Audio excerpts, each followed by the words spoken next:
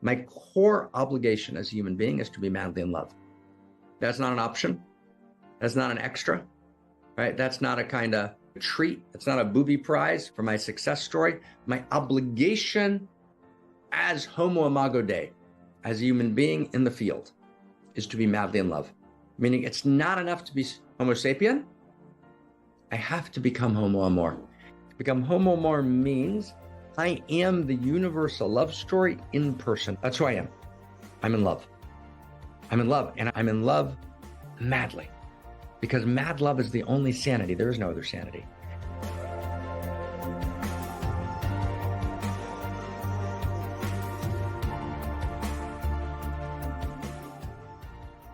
It's a big day. It's a big day, and I want to just set our intention like we do every week. And we have a crazy amount we want to do today, right? That we want to try and really just chart and reformulate some of the world itself. So it's a big day, and we're going to go slow and gentle, and of course, fast and quick as we can. But first, let's just set our intention. So who are we? Where are we? Where are we? Where are we? What am I doing here? So if you are coming to a personal development seminar, you are in the wrong place. If you are coming to self-help, you are in the wrong place, although we should always help ourselves, and it's always good to develop, right? If you're coming to for a kind of general talk on religion or philosophy, kind of wrong place, right? Who are we? What are we doing? So we call ourselves One Mountain, Many Paths. Who we must become. This must be like, I don't know, our 450th week. Is that right? What week are we in, anybody? Anyone tell me what week we're in? Anyone going to tell me what week? 450. Jacqueline, is that insane? Is that insane? We're in our 450th week in a row. I'm like, hello, right? That's like, oh my God. And we come together every week in this One Mountain, Many Paths, and this place of who we must become. And we are coming together to respond to reality. That's what human beings do. Evolution is about responding to reality. Love is about responding to reality. And particularly, we live in this moment of reality, which I called in 2010 or 11, together with my friend and student and close colleague, Zach Stein, we called it the second shock of existence. So the first shock of existence is the realization of my own potential death at the dawn of human history, as we realized, fuck, I'm gonna die, right? Oh, I'm gonna die. But I'm gonna die not just as a biological fact, but as an existential fact. My death permeated my existence. I realized the skull grins at the banquet, and the realization of our death pressed us into life. And then we went through all the levels of human development, all of human history, and we've now arrived at this point where on the one hand, we have unimaginable prosperity and unimaginable potentialities, as people like Steven Pinker and others have documented. And yet we also are faced with an unimaginable peril. And I called that peril, together with Zach, and our friend Malk, we called it the second shock of existence. The second shock of existence, which is not the death of the individual human being, but the potential death of humanity. And at that point, we tried to understand, that was 2010, 2011, right? The second shock of existence. And we wrote a big article on the second shock of existence. And the second shock of existence, the death of humanity actually has two forms. One is a kind of Thanos. Think Avengers 2017-18 Thanos, right? In order to save the world, he destroys the world, right? A kind of totalitarian dictatorship that actually eradicates a huge part of reality. Extinction level events are the death of humanity, right? A world in which ecosystems collapse and there's about 10 forms of existential risk. They coalesce together, and we have a kind of end of humanity. That's actually a real possibility. That could actually happen. Every civilization has fallen. We haven't solved any of the dynamics that caused all local civilizations, great civilizations, to fall. We now have a global civilization, which comes together with exponential technologies, which create exponential risk. And my dear friend Barbara Marx Hubbard spent her life kind of thinking about this in some real and deep and profound way. And so there's an actual threat to the existence of humanity. So the first kind of existential risk is the death of humanity. And the second kind of existential risk is the death of our humanity. And I was sitting with an old and new dear friend at the table last night, and we were talking about what does it mean to turn the world into a Skinner's box, what Skinner, the developmental psychologist at Harvard, called an operant conditioning chamber. I turned the world into a Skinner's box in which people are controlled by invisible levers, operated post-Skinner through the web, operated through the digital structures, the digital levers which control our responses, and gradually our free will, our spontaneity, our ability to have a conversation, our ability to place attention, right, is destroyed. So if the first wave of AI, social media, that we talked about last week, the first wave of AI essentially undermined the essential quality of our humanness as it expresses itself in the first quality of humanity, the capacity to place attention. Our attention was distorted and hijacked. The second wave of AI, large language models, chatbots, are destroying the very structure of the second dimension of humanity, conversation. We live in a conversational cosmos, and the evolution of conversation ultimately emerges as the basic monad of reality, all the way up and all the way down. It's all conversations between a proton and a neutron and an electron. It's a conversation. But at the human level, conversations become conscious. There's exchange. There's higher levels of choice than there's ever been, higher levels of freedom, higher levels of exchanged depth and profundity and potency. So human beings are the first creatures on the planet that build hospitals for the vulnerable, even when the vulnerable are not of their own tribe or race. As far as we know, never happened in the history of planet Earth, right? We actually are able to create a conversation of poignancy, of depth, of eros, of value, of love that's unparalleled. Right? It's a conversational cosmos. Chatbots are Rudolf Steiner's Ahriman, and Ahriman is a description of the force that actually undermines our humanity. So the second form of existential risk is the death of our humanity. How do we respond? We respond by actually beginning to claim our humanity. And we claim our humanity by locating ourselves in a new story of value. Right? We live in story, not because story is a made-up idea, not because story is a human construct, as Aristotle tried to claim in the Poetics. No, story is the ontology of cosmos. Reality is a story, right? We always live in stories of value.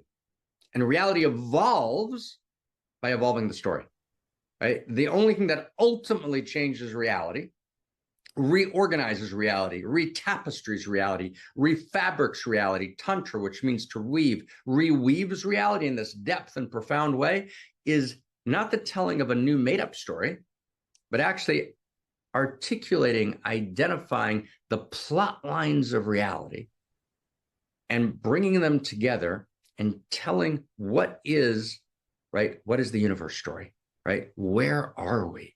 What is the universe story? What is the great story of value that is reality? Who are we in the story?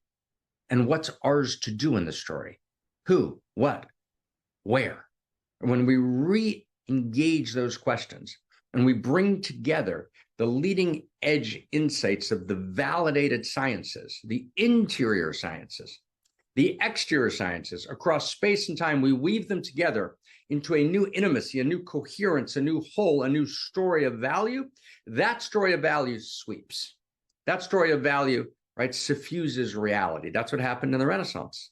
In that time between worlds and time between stories, they told a new story of value whose accurate plot lines, right, whose profound movements actually created all the dignities of modernity, and whose inaccurate or distorted or crooked plot lines or whose unworked out plot lines or whose abandoned plot lines actually, which included an abandonment of an articulation of what real value is. Modernity abandoned value, abandoned a sense of innate intrinsic value. Modernity just said, hey, we're going to borrow a loan from pre-modernity, social capital from pre-modernity. We'll just assume that value is real, even though we don't really believe it. David Hume destroys value. The American Constitution, we hold these values to be, these truths to be self-evident, meaning we don't know where to source them, but we're going to ignore that problem. We're just going to take out a loan from pre-modernity. We'll assume value is real and hope everything goes okay. Along comes post-modernity. Post-modernity calls the loan and says, hey, that's not okay. Value is not real. Value is just made up. Value is just a social construct. So that plot line, we didn't work out. That plot line we left behind. And then we came into a reality in which, because there's no central story of value, all we had left was a success story. We ran a summit a bunch of years ago called Success 3.0, right, which is about all we have left is a success story. And the success story is governed by rivalrous conflict, right? Rivalrous conflict governed by win-lose metrics, which generates fragile systems where the parts don't recognize each other. There's no intimacy between the parts. Fragile, and it begins to break down. So what are we here for in One Mountain? And I know I'm resetting an intention that we all know. I'm complete, tenderly, week 450.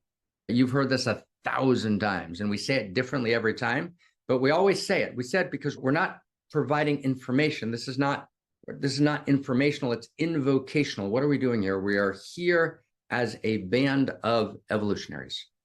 We're here as a band of revolutionaries.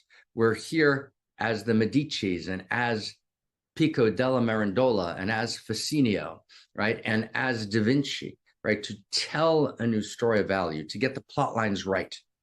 And the plot lines of reality are reality's first principles and first values. That's what they are, right? And we want to identify, and we actually just, someplace here somewhere, right? We just, right? Wrote a little book on first principles and first values, right? To try and, for the first time, identify what are the first principles and first values. And we gave it another title, right? The first principles and first values generate a new human and a new humanity. The movement from Homo sapien to Homo Amor, right? The new human. And we wrote a little book called the Homo Amor Manifesto, which is, I think, only available on Belgian Amazon or something like that.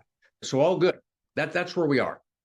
And what we want to do today, is we want to enter into a very huge topic, right? A very huge topic. So let me just say one more thing, and again, and I apologize for this, but with some level of tenderness, lots of tenderness, and some laughing and casual, delightful insincerity, I apologize for kind of re-invoking our intention every week. And I know lots of you would like me to skip that. Let's get to the point. No, but that is the point. Our intention is the point. Does that make sense, everyone? Being able to set our intention and locate ourselves in this new renaissance, in this direct addressing of the meta crisis, but we're addressing this meta crisis not through new infrastructures, which are critically important, right? And not through new social structures, which is law infrastructure, right? New technologies that can actually create solutions to potential problems, right? Those are important, but insufficient. We're addressing this through an evolution of the very source code of culture and consciousness, meaning new superstructure, right? So that's the revolution, right? It's telling the new story of value, but not making it up, but actually doing the hard, insane, painful, ecstatic, deep dives day in and day out for several decades, right? Committing our entire life, body, blood, energy, soul, delight, eros, aliveness, to the what? To the articulation of this new story of value. And we're doing that together. And lots of the story we're telling, this book, for example, that's in front of me, right, was written by, both of these books were written by David J. Temple. David J. Temple. And David J. Temple is the collective authorship. This particular book I wrote with Zach Stein and Ken Wilber, right? This one, the same. But David J. Temple is not just Mark and Zach and Ken. David J. Temple is all of us. We are David J. Temple, right? That's us. Who wrote the Vedas? Who wrote the Bible, right? Who wrote the Pali Canon, right? Who wrote the different sets of sutras, Who wrote Shakespeare? That's a good question. Who wrote the Zohar, right, in the 13th century? His name was Shimon Bar Yochai, but it wasn't Shimon Bar Yochai. Shimon Bar Yochai was a Hebrew name for a collective authorship, just like David J. Temple. We've got to be David J. Temple together. And my tender, humble, right, audacious request of y'all is that when I die, right, and when Zach dies, because Zach's going to die and I'm going to die, and we hope that's going to be many decades from now, and KK is going to pass, and many decades from now, and all of us, right, here are going to pass, but we pass this on. Can you feel that? We pass this on to the next generation of David J. Temple, that we stand, right? We're a society that stands for the whole. We're a band of outrageous lovers telling the story of value, right? We are the fellowship of the ring, right, in Tolkien. We are the Rebel Alliance in Star Wars, however you want to tell that story, right? But we are standing for value. We're madly committed to each other, right? We're committed to our kindness and to our integrity, to our gentleness, to our tenderness, to our fierceness, to our transformation, to our integrity, to our delight, to our ecstasy, to our joy, to our celebration. But we're celebrating as and for the whole, even as we're doing it most intimately and personally. That's the band. That's the holy band. It's called in Aramaic in the 12th and 13th century, the Chavraya Kadisha, the holy band, right? And things like when you hear about the Freemasons, right, or the Illuminati, right, which are these complex, sometimes sacred and sometimes quite shadowy organizations, but they're pointing to something. What they're pointing to is, are we willing to actually take responsibility in every way for the whole? And the reason those societies are private societies, I don't want to say secret, because secret always connotes to people secret, sordid, bad secrets, but there are secrets sacred. There's privacies. The reason they're private is because they're not about branding. They're not about how many likes you got on the web. They're not about public success. They're not about the success story. They're not about that kind of stature. They're about true stature. They're about acting, right, with mad love for each other and for the whole, as a band of outrageous lovers, as these kind of knights, right, gathered around the table, right, one for all and all for one, for the one breath and the one love and the one heart. Like, So who's in? Anybody in? I'm in. Who's in? Are we in? And we have to be, and for me, can I just say for me, I have to be in again. I can't rely on last week. Right. So I just want to say I can't rely on last week. It's too big of a deal. So are we ready to play a larger game? Are we ready to play a larger game? Are we ready to play a larger game? Are we ready to participate in the evolution of love? Okay. Yes. Okay. So let's play. So we're here to talk about, what does it mean to be in love with life? And I'm going to talk about this in a very particular way. I have a dear, kind of new and old close person here with me whose name shall remain a secret forever. So don't ask me, because I'm not going to tell you. He's a secret guest. And I want to share some thoughts with him as well, who's here with us. And I want to share some thoughts with all of us in a way that I hope it can be foundational, right? Kind of foundational. I want to try, and if I can, with your permission, tenderly, I want to try and set the largest frame. Okay, I'm going to try and set the largest frame that we can. Wow. I'm just so privileged and pleased to be here with you. I can't help but sharing that. It's just so good to be here. And it's just such a gorgeous group of people gather every week. Hundreds of us gather every week for the last 450 weeks to be here and do this. And there's no place I'd rather be. So thank you. What does it mean to be in love with life? Okay, let's start there. Okay, so here's where we start. What does it mean to be in love with life? First off, to be in love with life, you got to take off your sweater because it's too warm. And KK said I could not wear a short sleeve shirt because serious people don't wear short sleeve shirts. So you now know that I have a sweater, and pretend like I'm not wearing a short sleeve shirt, but now I can breathe. Okay, so that's the first thing. Take off your sweater. We're in love with life. Yes, breathe. Start there. 2. Okay. What does it mean to be in love with life? So the very sentence is wrong. We're not in love with life, although we are, but actually life and love are the same thing. They're not different. Okay, now let's go slow. But that's not a poetic statement. That is the prose of reality, right? And if you get the prose of reality, you have to be not a romantic, but a realist. Any realist is a great romantic. Does everyone get that? If you're a realist, you love deep, romantic, and long, stunning love poems because you understand that a love poem is not poetic, but it is the prose of reality itself. Meaning, I'm not in love with life.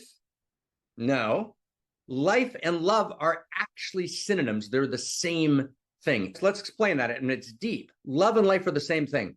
What life is a series of love stories. That's quite literally what life is. Life is love story after love story after love story. Life is a series of vignettes, which are little episodes, right, in larger love stories that are nested in larger love stories that are nested in larger love stories. So the universe is a love story, right? It's an amorous cosmos, right? It's an intimate universe. It's a cosmo-erotic universe, not as metaphor, but as the very, very magnificent structure of what we mistakenly call the mundane world. There is no mundane world. There is no sacred in mundane, right? The experience of the sacred is merely the experience that reality is a love story.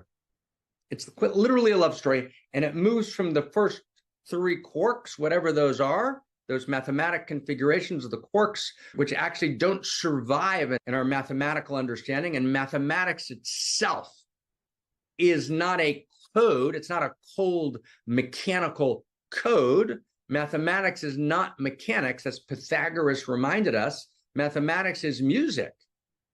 Mathematics is always a mathematics of intimacy. So in our mathematical, Lena, we were talking about quarks being mathematical expressions, meaning mathematics is a mathematics of intimacy, and mathematics tell us that if three quarks don't hang together in a union of three, right? A union of three, a sacred union of three, right? There's this notion in the world that sacred unions are only two. No, there is a kind of sacred union that's two, but the original unions, in reality, were sacred unions of three quarks.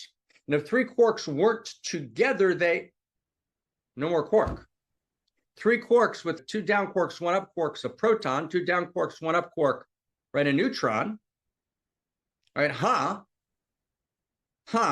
So the particular configuration of the quark, its particular configuration of intimacy creates two utterly different qualities of cosmos, qualities of the erotic, qualities of Eros, called a proton and a neutron. The proton and the neutron, 380,000 years later, are allured, right, madly in love, right, yearning for this larger union, this larger intimacy with an electron, and they form atoms. And that story is the story that moves from atoms to molecules.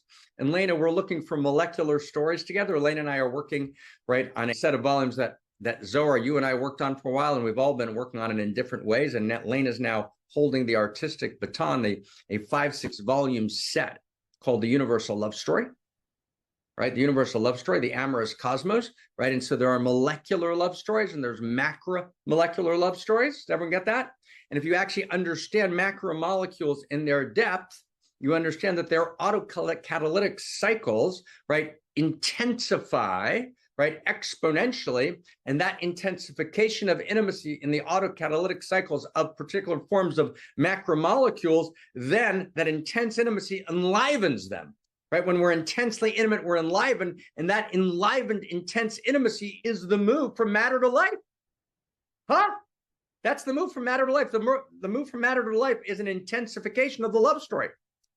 So reality is all the way up and all the way down the evolutionary chain. Reality is quite literally, reality is love stories. Life is love stories. That's what reality is. And there's some form of life, some form of sentience, of allurement and aliveness all the way down the evolutionary chain and all the way up. Now, there are different momentous leaps in the nature of life. So there's life in the world of matter. The world of matter is not dead. It's not inert. It's a living universe, and it's a universe. It's one text. right? It's one coherent, intimate whole, right? It's a mathematics of intimacy, but then there's a momentous leap from the world of matter, the physiosphere, where there's a second Big Bang in which we move into the world of the biosphere, which is the world of metabolism, which is a whole other set of kind of complex, coherent, stunning intimacies, which means it's a set of love stories. Right? I've mentioned to a few people in the last 6-7 weeks, I've been studying enzymes. Enzymes are my new best friend. So enzymes are love stories. That's what an enzyme is. Jamie, you're here. Jamie's a wonderful person who works with numbers, right, for one of the large cities in the United States. And Jamie and I have been doing private study in what we call Holy of Holies. And Jamie, you and I have been reading science together for a couple of years. Is that true? I think that's true. And we've been reading science, and I've been engaged in this kind of reading of science since 2015. And when you read carefully, simply college molecular biology, even high school molecular biology, right? If you read underneath the jargon, which is the kind of cold, almost dissociated scientific description, if you look what the words are actually saying, they're talking about love stories. You read neuropeptides. We've looked at what a neuropeptide is, Jim. We've looked at what folding of proteins is and how does DNA function. DNA is even before there's any formal life. DNA is a series of configurations of intimacy. It's love stories. So reality is a love story, and the plot line of the story is the evolution of love. So it's not that I'm in love with life. I want to go back to that, okay? Let's pause for a second. Pause. Part one. That's part one. Now part two. So I can't be in love with life, or I can't transform from an ordinary life to being in love with life unless I change my frame. And the changing of frame, right, is a core term in the sciences. And it's often called also relevance realization, right? I've got to be able to put relevance realization means I see a big frame, then I weave together those parts of the frame that are most relevant to life.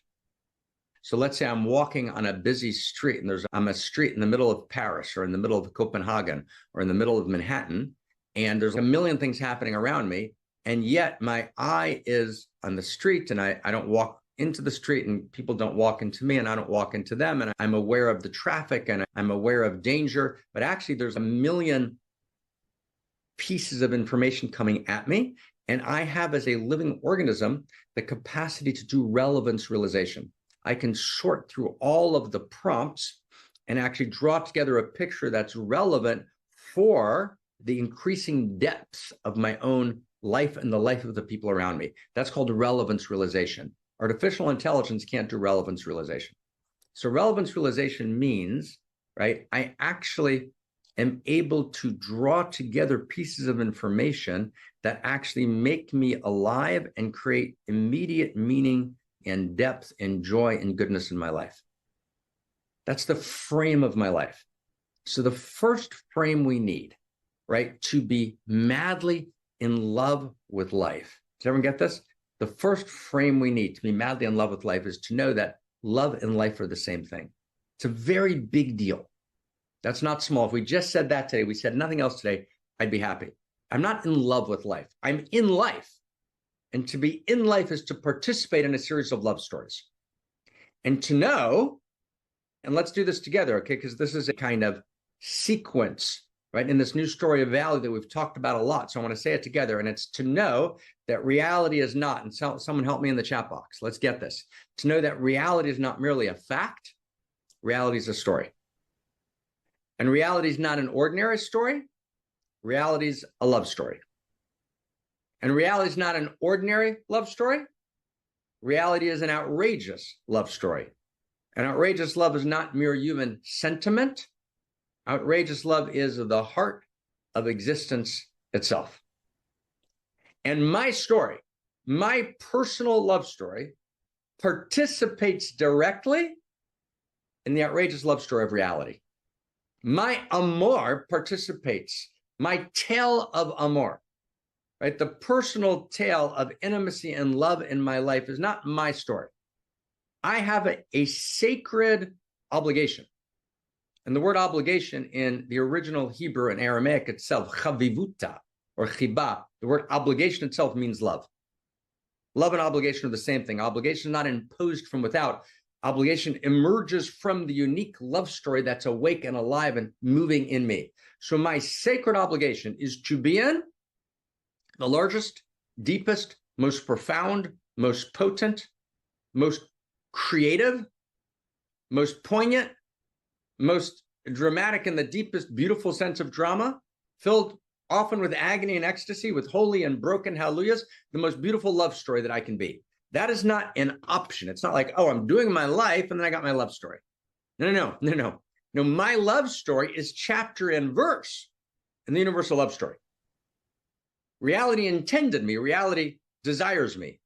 Reality chose me. Reality needs me, and reality needs my love story. And my love story is inscribed in the field. And my love story changes the field. So when I evolve my love, I participate in the evolution of love. When I clarify my intimacy, I clarify the vectors and the channels, right, and the movements of the intimate universe, and I pour blessing into the world. When I make love, I become the king and the queen, the god and the goddess, but not in a kind of new age way. These kind of strange declarative phrases, which are empty of meaning and vacuous and vapid. No, I become, right? I incarnate. I am the love story of reality, awake and alive in me, right? Life and love are the same thing. I'm not driven to survive. That's evolutionary psychology disguising the utter identity between love and life. But my drive to survive is me being in love with my life. I'm in love with my life, and I therefore want to perpetuate my life because I understand intuitively, intrinsically, ontologically, the ontology of cosmos, anthro, alive in my anthro, in me and my body. The mysteries are within me. I know that my life, which is my love story, is of infinite and immense preciousness and value to the whole, and that it not only participates in the whole, my unique love story not only completes the whole, my unique love story evolves the whole. So if my love story is vapid, if my love story is not alive, if my love story is not aflame, if I'm not in the deepest, right, romantic poem of my life, and that romantic poem might not look like what we think romantic poems look like. It might look different. It might not have any Roman candles, right? It might have languages different than any movie you've ever seen or any pop song you've ever seen. Love stories are all unique. Right? They're all particular. They all have the particular texture and text, right? And form, right? And they have a different way of speaking and laughing and living, loving and crying. But it's got to be a love story. And it's got to be, I've got to feel that I'm in mad devotion, my love, and I'm receiving mad devotion. And not because I'm a separate self trying to cover up the emptiness with some illusion, right, of comfort and security. No, the opposite of pain is not pleasure. The opposite of pain is comfort.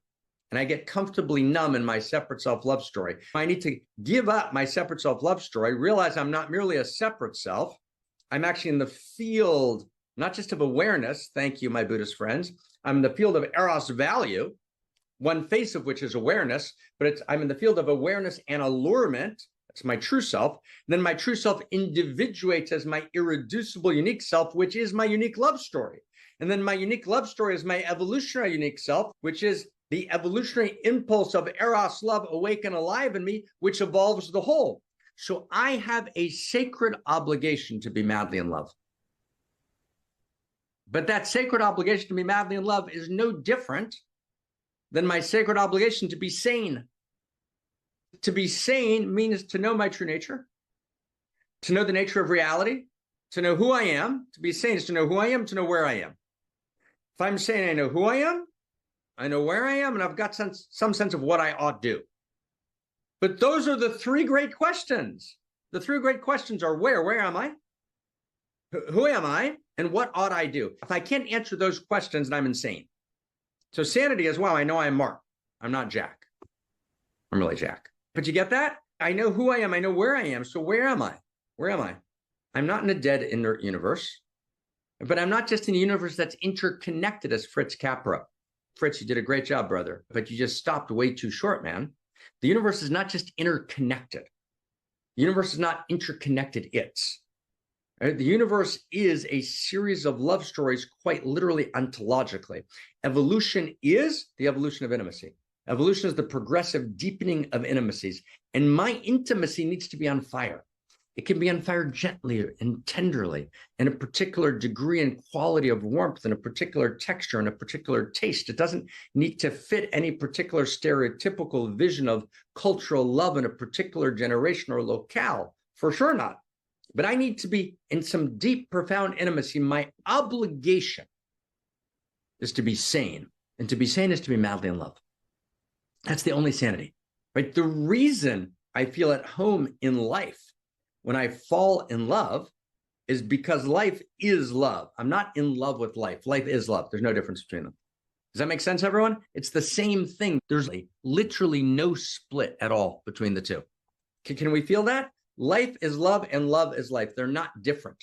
That's an epistemological, right, mistake. It's a linguistic mistake. There's not life and love. They are the same thing. They are the same thing. And therefore, if I am not madly in love, I am in violation of life.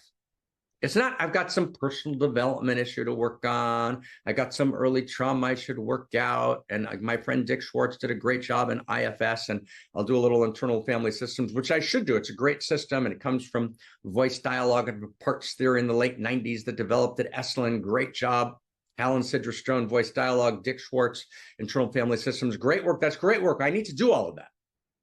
I need to do all of that, but I need to do all of that not in order to become psychologically functional, but in order to remove the blocks from me being, I need to unkink the hose so I can be in the currency of Eros and then be madly in love in the unique texture of my story with life, with my beloved, with my beloveds, with beloved life itself. Like, whoa, hello. And that love needs to always be evolving. Right? Love is not static. Love is on fire, right? It's evolving, right? Love is committed to the past, but doesn't idolize the past. It lives in the depth of the present, but it's called by the future.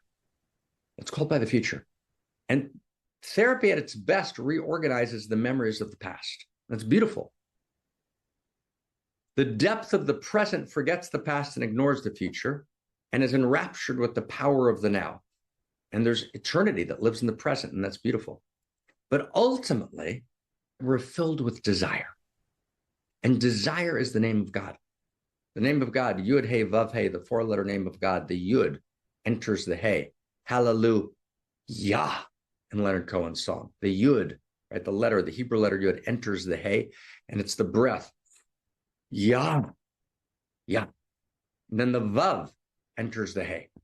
And maybe if we have a picture of that name of God, we can put it in the chat box so we can see it. The Yud enters the Hey, and then the Vav enters the Hey. It's the four-letter name of God. And this four-letter name of God is desire. Reality as desire. And desire for what? Desire for a future that's not yet available in the present. Desire for a better tomorrow. Desire for more depth. Desire for more goodness, desire for more clarity, desire for more beauty, desire for more aliveness. And that's not a desire, as my Buddhist friend suggested, that needs to be eliminated. That's not a desire that's an enemy of awareness. That's a desire which is an expression of allurement, which is the fundamental quality of reality. What is electromagnetism at the physical level? It's allurement at the subatomic level. What is gravity? It's allurement at the celestial level. What is underneath electromagnetism and what's underneath gravity? Nothing. Allurement. Allurement is the structure of reality. Reality is allurement, not just awareness, all the way up and all the way down. And my unique self is my unique set of allurements, and my unique set of allurements is my unique love story. And the purpose and potency and passion, right, and the promise that must be kept in my life is for me to live that love story. And me living that love story is my life at the altar. All love is at the altar. All sex is at the altar. All romance is at the altar, right? It's all outrageous love is at the altar. It's all the altar. And the altar is, right, is the realization that my story is not my psychological, separate, self-personal story, although it is also that. The separate self lives in the mind of God, but that my story is chapter and verse in the love story of reality. And therefore, I've got to live that love story out loud in full passion, in full power, in full potency. And I don't have a right to compromise. And I want to make that clear. And it's a big deal. So I want to think about it like this. Wow. So there's a text in the 3rd century, an Aramaic text, that talks about whether a king has a right to forfeit their dignity and honor. It's text. And the question is, Melech shemachalol kvodo, kvodo machul, o in kvodo machul. A king who says, hey man, just treat me as your buddy. Let's just hang out. You can insult me, it's totally cool, not a problem. You can degrade me, it's totally cool. You can abuse me a little bit, it's totally cool. I'm just going to take it in because I'm a king. No game. The king is royalty.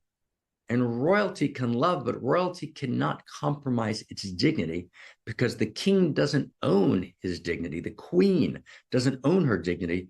Her dignity is an expression of the royal fabric of reality itself.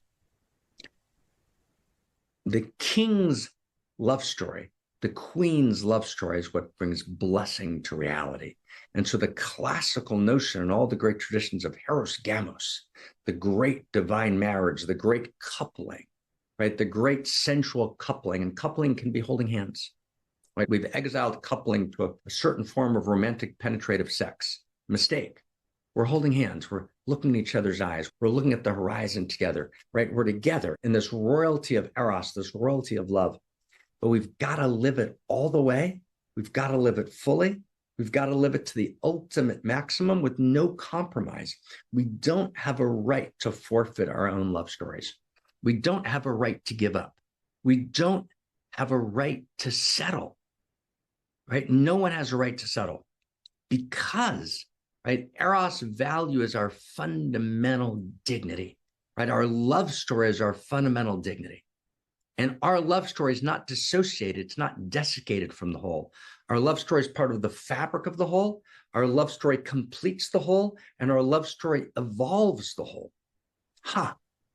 So to be alive and to be sane is to be madly in love. With who? With myself. I've got to be insanely madly in love with myself, which is the exact opposite of narcissism. Narcissism means I hate myself. Narcissism means I'm disgusted by myself. Narcissism means I have a secret belief that I'm bad, right? And therefore, right, I cover that with a kind of narcissism or a kind of stoicism. No. I am a mad lover of myself. And then I'm a mad lover of you, and I'm mad devotion to you, and I'm so devoted to you, I'm going to bracket myself. I'm going to bracket myself for the sake of you. And then the two of us together, we're madly in love with the whole thing. We're madly in love with the whole thing, and we're serving the whole thing together, right? And we're taking on Sitra Achor. We're taking on the other side. We're taking on anti-value, right? We are Neo and Trinity and Matrix 2, and we're walking into Agent Smith's headquarters, and we're armed, we're weaponized to the teeth with the weapons of outrageous love, and we are taking down all that's illusion. We're taking down all that's unlove, and we're taking down all that's fragmented, and we're taking down all that fractures, and we're taking down all that rips apart, and we're going from rupture to rapture, and we're becoming alive together. My core obligation as a human being is to be madly in love. That's not an option. That's not an extra, right? That's not a kind of treat. It's not a booby prize for my success story. My obligation as Homo imago Dei, as a human being in the field, is to be madly in love. Meaning it's not enough to be Homo sapien. I have to become Homo Amor. And to become Homo Amor means, right, love. To become Homo Amor means I am the universal love story in person. That's who I am. I'm in love. I'm in love, and I'm in love madly, because mad love is the only sanity. There is no other sanity. And that's not poetry. There's not a drop of poetry in anything we said today. If you thought anything was poetic, my fault, I apologize. It's all prose, straight prose. It's the structure of reality. And it's why we're only at home when we're madly in love. Right? It's truly our only sanity, right?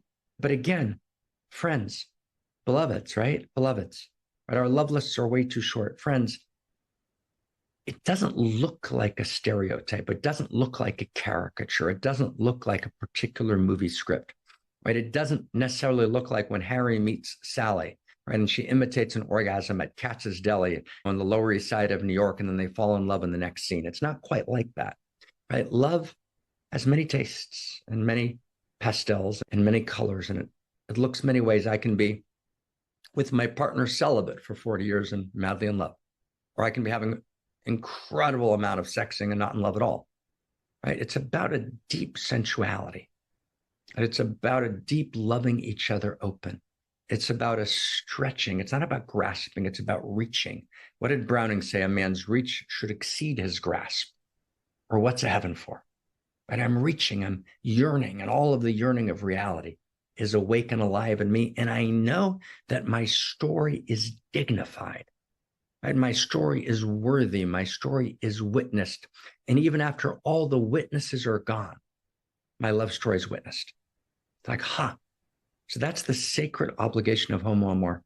The sacred obligation of Homo Amor is to be madly in love, not as a frivolous extra, but as the very core structure of my life. Now, how to do that, right? That's a conversation.